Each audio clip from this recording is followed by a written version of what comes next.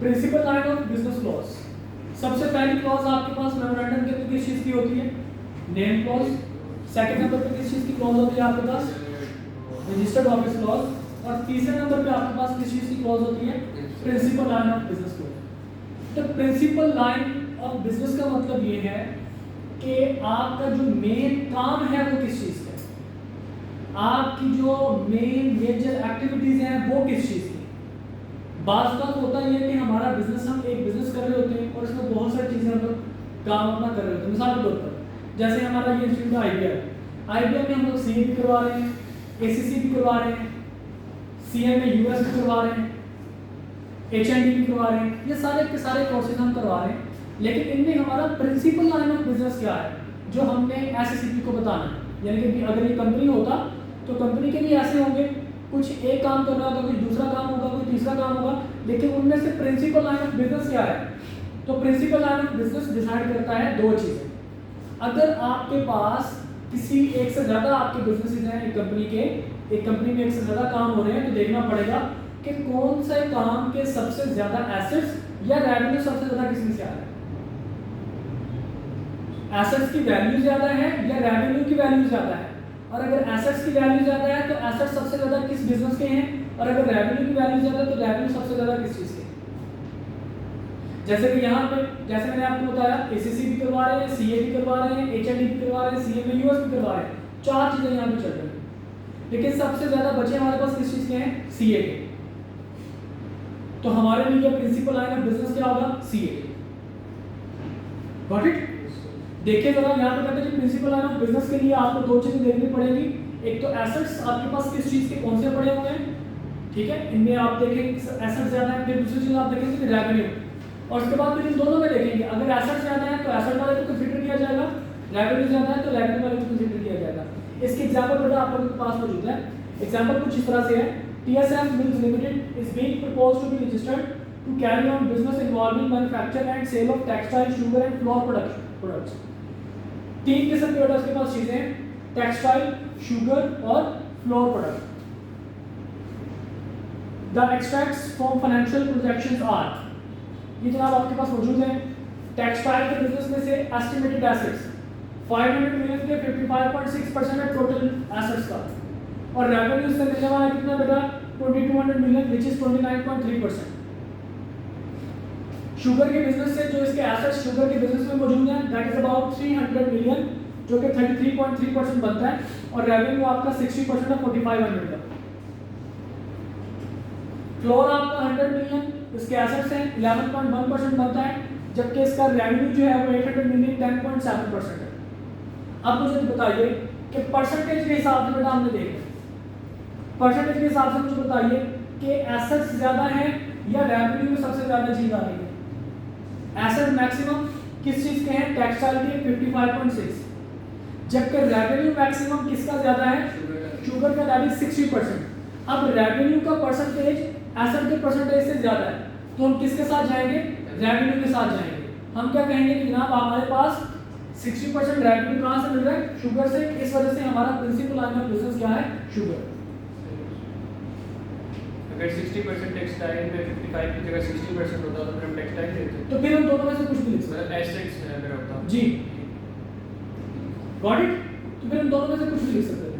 अगर यहाँ पे लास्ट से 60% होता और यहाँ पे 59.5% होता तो फिर मैंने एसेट को कह देना, फिर मैंने टेक्सटाइल को कह देना। Got it?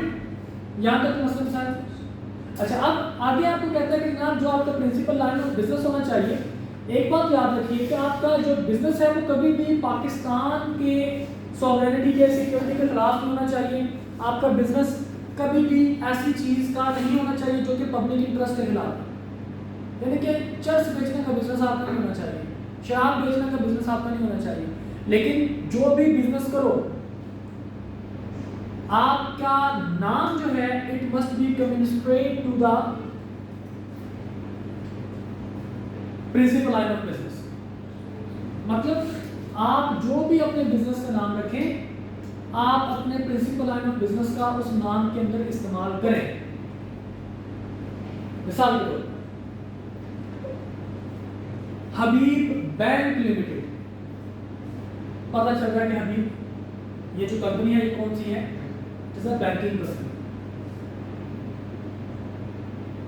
अमूल मिल्क कह रहा हूँ, अमूल मिल्क लिमिटेड, ये कंपनी किस चीज से मिला?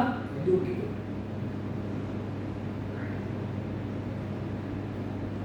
Got it? जैसे भी तलब फूड्स प्राइवेट लिमिटेड, तलब फूड का क्या मतलब है कि यहाँ पे कुछ जो भी आपके खाने पीने कंज्यूमेबल जो फूड्स हैं उनकी ये कंपनी है। Got it? तो ये सारी की सारी चीजें आपके पास नाम के साथ बिजनेस का मैच करना जरूरी है। आपका नाम कुछ और है लेकिन बिजनेस कुछ और है, तो आपका नाम गलत हो गया या आपकी प्रिंसिपल लाइन गलत हो गई। ओके, देखिए क्या करा जी, कंपनी में carry on or undertake any lawful business or activity and do not act or enter into any transaction being incidental and ancillary thereto which is necessary in attaining its business activities. However, the principal line of business of the company shall be mentioned in the memorandum of association of the company, which shall always commensurate with the name of the company. कि memorandum के अंदर principal line of business आपने mention करना है और वो principal line of business जो है वो आपके नाम में मैच करना चाहिए। मिसाल के तौर पर a proposed company's principal line of business is manufacture and sale of textile product. One of the subscriber to memorandum has suggested name TSF Consultancy Limited. TSF का प्रिंसिपल लाइन ऑफ बिजनेस क्या है जी? Textile product का, लेकिन उसका subscriber, कोई subscriber जिसने memorandum paper sign किए होते हैं, वो क्या करेगा जनाब? उसने प्रपोज किया कि हमारी कंपनी का नाम रख देते हैं हम लोग TSF कंसल्टेंसी लिमिटेड। काम उनका टेक्सटाइल का है, नाम वो कंसल्टेंसी रख रहे हैं, तो क्या ये गलत होगा कि ठीक होगा? बिल्कुल। The name is not appropriate since it does not communicate with the principal line of business clause. Okay, और इसके बाद जैसे मैंने आपको बताया कि कोई भी लीगल एक्टिविटी कर सकते हैं बिजनेस के अंदर, सिर्फ वो लीगल एक्टिविटी, वो आप एक्टिविटीज नहीं कर सकते जो लीगल नहीं है। वो लीगल कौन सी चीजें नहीं है? कहते हैं a company shall not engage in a business which is prohibited by any law for the time being in force in Pakistan, जो कि पाकिस्तान में प्रोहिबिटेड हो। जैसे मैंने आपको बताया कि चर्च का कारोबार, शराब का कारोबार, ये सारे का सारा क्या है जनाब? पाकिस्तान में प्रोहिबिटेड है। या फिर ऐसी चीजें restricted by and law rules and regulation unless licence registration permission or approval has been obtained or compliance with any other condition has been made। तो जनाब ऐसा बिजनेस कि जो प्रोहिबिटेड है लेकिन उसको काम को करने के लिए आपके पास लाइसेंस हो, आपके पास इजाजतनामा हो। जैसे मैंने भी आपको बताया कि शराब का कारोबार प्रोहिबिटेड है, लेकिन कुछ ऐसे भी पाकिस्तान में लोग हैं जिनको लाइसेंस मिला हुआ है। आपके बड़े बड़े जो होटल्स हैं, पीसी हो गया, ये सरीना हो गया, इन लोगों को लाइसेंसेस मिले हुए हैं, क्योंकि यहाँ के लोग सिर्फ मुसलमान नहीं आते बल्कि गैर मुस्लिम भी आते हैं। ठीक है, और गैर मुस्लिम जो है वो उनको पाकिस्तान के लॉ के हिसाब से हम उनको ये कहते हैं कि आप जनाब पी सकते हैं, पब्लिकली नहीं पी सकते लेकिन आप पी सकते हैं, आप अपने पास रख सकते हैं, आपको इजाज़त है। मुसलमानों के लिए जनाब ये पी भी नहीं सकते, रख भी नहीं सकते, और पब्लिकली पीना दूर की बात है, बेच भी नहीं सकते, मुसलमान बेच नहीं सकते। समझ रहे बात को? तो कहते जी या तो प्रोहिबिटेड बिजनेस करें ना, और अगर प्रोहिबिटेड बिजनेस कर लिया हुआ है, करना चाहते हैं, तो फिर उसके लिए कुछ लाइसेंस होगा, कुछ रिस्ट्रिक्शंस होगी, आप उनको फॉलो करें, वो लाइसेंस हासिल करें। Got it? उसके बाद कहते हैं जी आपके पास जो कंपनीज पहले से, यानी कि कंपनीज एक्ट 2017 आने से पहले जो कंपनीज बन चुकी थी, क्या उनका मेमोरेंडम, उनका प्रिंसिपल लाइन ऑफ बिजनेस आपको चेंज करने की जरूरत है? तो उसने कहा कि आप नहीं, उनका प्रिंसिपल लाइन ऑफ बिजनेस आपको चेंज करने की जरूरत नहीं है, आप उसी मेमोरेंडम में क्या करते जाएंगे, इसको लेके चलते रहेंगे। ओके, अब अगर आपने प्रिंसिपल लाइन ऑफ बिजनेस को चेंज करना है तो देखिएगा बेटा,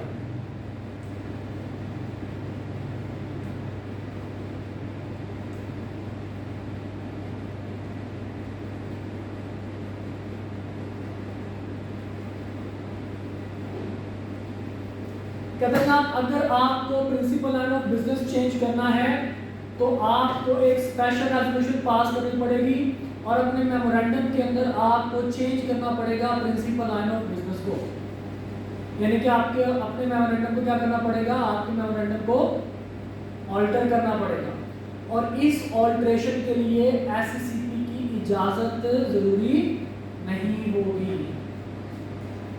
ठीक है, समझा गई बात की?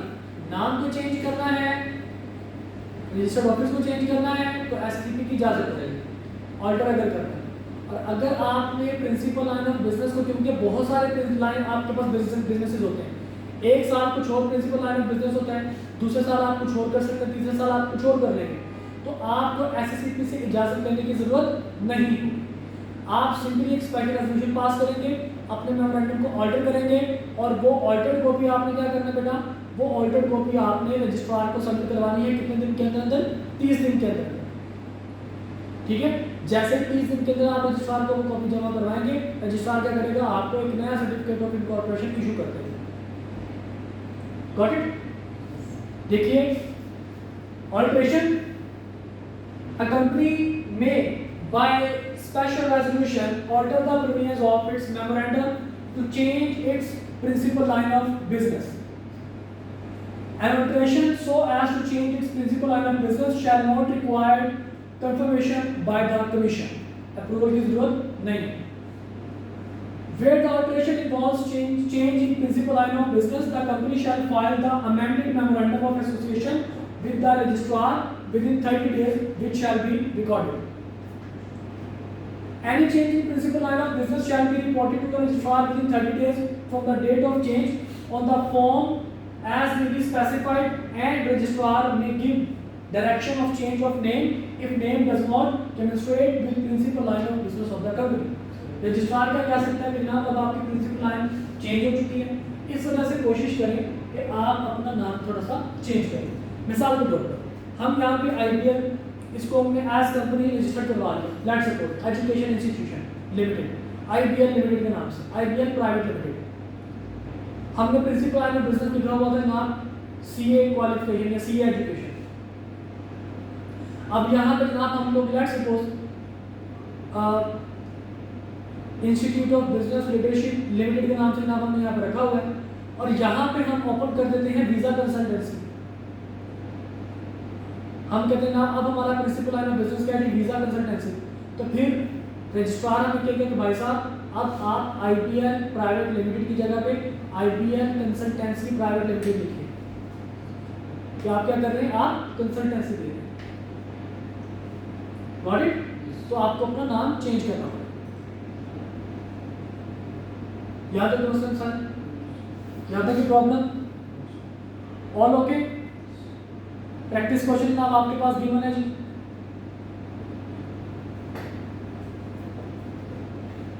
Describe the provisions contained the company that related to principal line of business of the company. तो जनाब आपने प्रिंसिपल लाइन ऑफ बिजनेस के साथ जो कुछ भी होता है वो आपने बता दिया, वो भी हम लोग पढ़ चुके हैं कि प्रिंसिपल लाइन ऑफ बिजनेस में क्या कुछ होता है। इस तरह के बेटा आपके डायरेक्ट क्वेश्चन करते हैं। ठीक है जी। अच्छा, अब आपने प्रिंसिपल लाइन ऑफ बिजनेस को आपने अडॉप्ट करना है, देखिए adoption of business activity subject to approval under any law. अब आप कोई नया बिजनेस करना चाहते हैं, आप ऑलरेडी आप बिजनेस कर रहे थे, आपने बताया कि सर मैं यहाँ पे सीए करवा रहा हूँ, एसीसी करवा रहा हूँ, सीएमएयूएस करवा रहा हूँ, एचएमडी करवा रहा हूँ। अब सर हम साथ इसके एक नया बिजनेस भी और नया वेंचर लेके आना चाहते हैं, that is visa consultancy. Visa consultancy education के साथ मैच नहीं करती, वो एक कंसल्टेंसी है। या मैं यहाँ पे अपनी फॉर्म बना लूँ, मैं कहूँ कि जनाब आने के बाद आईपीएल के अंदर मेरी फॉर्म भी है, तो नया सर हम लोग टैक्स और ऑडिट की सर्विसेज भी देना चाहते हैं। तो लॉ कहता है कि जनाब अब आप एक नया काम, नया बिजनेस अडॉप्ट करना चाहते हैं। आप क्या चाहते हैं, आप अपना नया बिजनेस अडॉप्ट करना चाहते हैं। इसके लिए आपको ऑल्टर करना पड़ेगा अगेन अपने मेमोरेंडम ऑफ एसोसिएशन को, और इस दफा आपको एससीपी की इजाजत पड़ेगी। आपको एससीपी की अप्रूवल पड़ेगी। आपको क्या करना पड़ेगा, आपको एससीपी से पहले अप्रूवल लेनी पड़ेगी, और उसका ऑर्डर जो होगा वो 7 दिन में आपको भी भेज दिया जाएगा, रजिस्ट्रार को भी भेज दिया जाएगा एससीपी के किसी ऑफिस से। और आप जैसे ही आप अपने मेमोरेंडम को ऑल्टर करेंगे तो ऑल्ट्रेशन की कॉपी जो है वो 30 दिन के अंदर अंदर आपको रजिस्ट्रार को जमा करवानी पड़ेगी। और एसएससीपी इजाज़त कब देगा? जब एसएससीपी को लगेगा कि यहाँ किसी किस्म का कोई मसला नहीं है, तमाम लोगों के डेट्स और लायबिलिटीज क्लियर कर दिए गए हैं, किसी बंदे को कोई प्रॉब्लम नहीं है, इनके प्रिंसिपल आने बिजनेस चेंज करने से कोई मसला मसाल नहीं होगा। Got it? और जैसे ही आप 30 दिन के अंदर अंदर आप जैसे ही रजिस्ट्रार को अपना सर्टिफिकेट अपना भेजेंगे कॉपी ऑल्टर्ड मेमोरेंडम की, तो वो आपको एक नया सर्टिफिकेट ऑफ इनकॉर्पोरेशन भेजेगा। It would be conclusive evidence of alteration. और ये जो टाइम है 30 दिन का और ऊपर 15 दिन का, ये टाइम आप एक्सटेंड भी कर सकते हैं एसएससीपी से इजाजत लेके, मजीद आपको 15 दिन मिल सकते हैं। ओके बेटा, याद रखिए मसलन साहब। अच्छा, ये तो जनाब आपके पास आ गया ऑल्ट्रेशन के लिए। तो आपके पास नेम क्लोज के बाद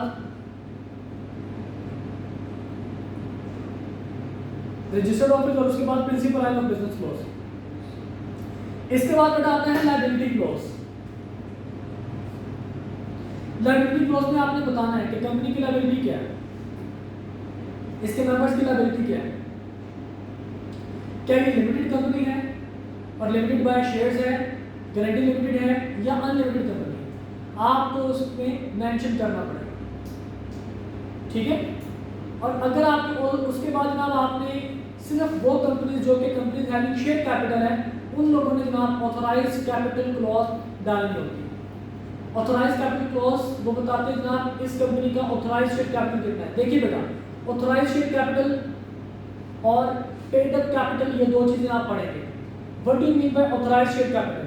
ऑथराइज्ड शेयर कैपिटल का बेटा मतलब होता है कि आप अपनी कंपनी का कितना मैक्सिमम जो है वो कंपनी का पैसा लगा सकते हैं, मैक्सिमम शेयर्स कंपनी के कितने ले सकते हैं, कितने शेयर इशू कर सकते हैं।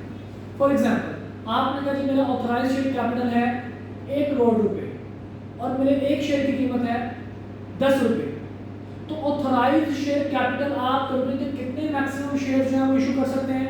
हम कहते हैं आप 10 लाख शेयर। कंपनी के मैक्सिमम शेयर कितने होंगे? 10 लाख। अब इन 10 लाख में से कहते हैं जी मेरे ऑथराइज्ड शेयर कैपिटल तो 1 करोड़ का है, लेकिन मेरा जो शेयर कैपिटल है पेड अप वो 10 लाख रुपए है। इसका मतलब क्या हुआ कि उस 1 करोड़ में से 10 लाख रुपए के जो शेयर्स हैं उसके लिए आपने कंपनी में पैसे दिए होंगे, यानी कि कंपनी के पास पैसा कितना है? 10 लाख रुपए, और पैसा रखने की कैपेसिटी कितनी है? 1 करोड़ रुपए। तो ऑथराइज्ड शेयर कैपिटल हमेशा कंपनी के पेड अप कैपिटल से उसके बराबर होगा या ऑथराइज्ड कैपिटल जो है वो पेड अप कैपिटल से ज्यादा होगा, यानी कि share capital paid up capital जो है वो हमेशा ऑथराइज्ड कैपिटल के बराबर या उससे कम होगा, ऑथराइज्ड कैपिटल से वो ज्यादा नहीं हो सकता। ऑथराइज्ड कैपिटल हकीकत में आपके पास maximum share capital. Got it? यहां तक बेटा क्वेश्चन साहब। और ऑथराइज्ड शेयर कैपिटल के अंदर जो भी जितने भी कंपनी के सब्सक्राइबर्स हैं वो कम से कम एक शेयर अपने पास अपने नाम पे रखेंगे। जिन लोगों ने साइन करने हैं, जो ऑनर है, ऑनर के लिए कम से कम एक शेयर या कोई भी शेयर की तादाद आपके पास हो सकती है। अब जैसे रिसेंटली जैसे मैंने आपको बताया कि हमने एक कंपनी रजिस्टर करवाई तलब फूड के नाम से, जिसकी एग्जाम्पल मैं आप लोगों को डॉक्यूमेंट आपको दिखा रहा हूँ। उसके अंदर हम लोगों ने उनके शेयर कैपिटल जो है वो हमने लिखा हुआ है जनाब इनका पेड अप कैपिटल और ऑथराइज्ड कैपिटल दोनों 10 लाख रुपए। अब 10 लाख रुपए का मतलब क्या जनाब, इसके दो शेयर होल्डर है, 5 लाख रुपए किसी एक बंदे ने जमा करवाए, 5 लाख किसी दूसरे बंदे ने जमा करवाए। अब दोनों बंदों ने जिन्होंने 5-5 लाख रुपए जमा करवाए, इसका मतलब क्या हुआ कि वो दोनों के दोनों कंपनी के शेयर होल्डर मेंबर बन गए, क्योंकि मेमोरेंडम के ऊपर उन दोनों के साइन और 50-50% के वो ओनर है कंपनी। Got it? ये सारा कुछ कहाँ पे लिखा होगा? आपके ऑथराइज्ड कैपिटल क्लॉज के अंदर। और एक बेटा सब्सक्रिप्शन क्लॉज या फिर अंडरटेकिंग क्लॉज लास्ट में लिखा होगा कि जनाब हम लोग we association of person we the 7 person जिनके नाम एड्रेसेस ये मौजूद हैं, ठीक है जी, हम सब्सक्राइब करते हैं किस चीज़ को? हमारे इस मेमोरेंडम को। हम ये कहते हैं कि जनाब ये बिजनेस हमने अपनी मर्जी से शुरू किया, ठीक है, और हम इसके मेमोरेंडम के बनाने वाले भी हैं, इसके मेमोरेंडम को साइन करने वाले भी हम लोग हैं। ओके, और हमारे नाम के आगे फलां शेयर इतने शेयर लिखे हुए जो हमने खुद से सब्सक्राइब किए हैं। ये बेटा अंग्रेजी की एक लाइन आपके पास होती है, ये आपके हर मेमोरेंडम के अंदर मौजूद होगी और उसको हम क्या कहेंगे, अंडरटेकिंग या फिर सब्सक्रिप्शन क्लोज। क्या लिखा होगा उसके अंदर, वो कहते हैं जनाब आपके पास we the several person whose name and addresses are subscribed are desirous of being formed into our company in pursuance of the memorandum of association and respectively agree to take the number of shares in the capital of company set opposed our respective names। उनके नाम के आगे लिख देंगे आप इतने जो है वो शेयर प्लान बंदे ने परचेज किए। Got it. ये ऐसे जैसे हल्फ होता है ना आपके पास, जैसे हल्फ होता है कि जी अग्नि को साक्षी मानकर मैं शपथ लेता हूँ कि मैं अपने वतन की हिफाजत दिलो जान से करूँगा, तो ये अग्नि को साक्षी मानकर 7 फेरे लेने जैसे ही कि जनाब हम 7 फेरे ले रहे हैं कि जनाब मैं अपनी वाइफ की हिफाजत करूँगा और वाइफ के जनाब मैं पूरी ईमानदारी के साथ अपने हस्बैंड का साथ दूँगी, तो ये अग्नि को साक्षी मानकर ये कसम खा लेते हैं कि हम मुख्तलिफ लोग बड़े खुश हैं, खुशदिली के साथ एक कंपनी में आना चाहते हैं और इसके मेमोरेंडम को बनाते हैं, इसके मेमोरेंडम को लोग ऑन करते हैं और हमारे नाम एड्रेसेस मौजूद हैं और हमारे नाम के जितने भी शेयर लिखे हैं हम वादा करते हैं कि हम इतने शेयर परचेज करेंगे। Got it. This is called your undertaking close. इसके बाद ना boring power should be part of memorandum. देखिए बेटा, जब आपने कोई मेमोरेंडम बना दिया तो अब कंपनी उधार ले सकती है, कंपनी अपने नाम पे उधार ले सकती है, कंपनी अपने नाम पे किसी को उधार दे सकती है, कंपनी अपने नाम पे प्रॉफिट जनरेट कर सकती है, कंपनी अपने नाम पे प्रॉपर्टी एक्वायर कर सकती है, किसी के खिलाफ केस अपने नाम से कर सकती है, कोई कंपनी के नाम पे कंपनी के खिलाफ केस फाइल कर सकते हैं। इन तमाम सिचुएशन में कहता है जी अगर आपने कंपनी के मेमोरेंडम अगर वो देखना होगा कि आप कंपनी को जब लोन की जरूरत पड़ती है कितना लोन ले सकती है, क्या ये भी मेमोरेंडम का हिस्सा होना चाहिए, तो हमने कहा नहीं भाई साहब ये मेमोरेंडम का हिस्सा होना जरूरी नहीं है। ये नॉर्मल तो आर्टिकल ऑफ एसोसिएशन में लिखा होता है और दूसरा जो बोरिंग जैसे कंपनी रजिस्टर होती है तो कंपनी के पास बोरिंग पावर आ जाती है कि कंपनी अपने नाम पे क्या कर सकती है, पैसा लोन वगैरह हासिल कर सकती है। ठीक है, देखिए क्या करा जी, the memorandum and article of company is deemed to include यानी कि implied power to enter into any agreement for obtaining loans, advances, finance or credit and to issue other securities not based on interest for raising sources from a scheduled bank or financial institution or general public। Okay, कर्जा ले सकती है। और इसके बाद memorandum to be printed, sign and dated. जब आपके पास memorandum data बन जाएगा तो मेमोरेंडम के साथ आपने सलूक क्या करना है, सबसे पहले तो आपने मेमोरेंडम को एक जनरल एक्सेप्टेबल मैनर के अंदर प्रिंट करवाना है। मेमोरेंडम के डिफरेंट आपने पैराग्राफ्स बनाने हैं और हर पैराग्राफ को एक्सप्लेन आपने करना है। ठीक है, और हर जो बंदा सब्सक्राइबर होगा वो क्या करेगा, अपना साइन लिखेगा, अपना नाम लिखेगा, अपना एड्रेस लिखेगा, अपना ऑक्यूपेशन लिखेगा, नेशनलिटी लिखेगा और उसके अलावा आपने जो भी पर्टिकुलर स्पेसिफाइड होंगे, रिक्वायर्ड होंगे, ठीक है, मोबाइल नंबर हो गया, ईमेल वगैरह हो गया, वो सारा कुछ जनाब उसके साइन करेगा। ओके, और साइन जनाब आपके पास साइन करने का मतलब ये है कि जी वो बंदा क्या कर रहा है, वो अपनी कंसेंट दे रहा है। ठीक है, और उस साइन के कुछ विटनेसेस होंगे, उस साइन के क्या होंगे, 2 विटनेसेस होंगे, वो विटनेसेस भी अपने साथ साइन करेंगे जनाब, ये हम साइन करेंगे, हम विटनेस हैं इस चीज की। ओके, और लास्ट में वो डेट लिख देगा कि भाई साहब इस डेट को ये मेमोरेंडम सब्सक्राइब कर दिया गया। यहां तक मुस्लिम सर बेटा ऑल क्लियर। तो बेटा ये आपके पास क्लॉजेस लिखी हुई होंगी और इसके आगे हम लोगों ने चेंज वगैरह पढ़ लिया है।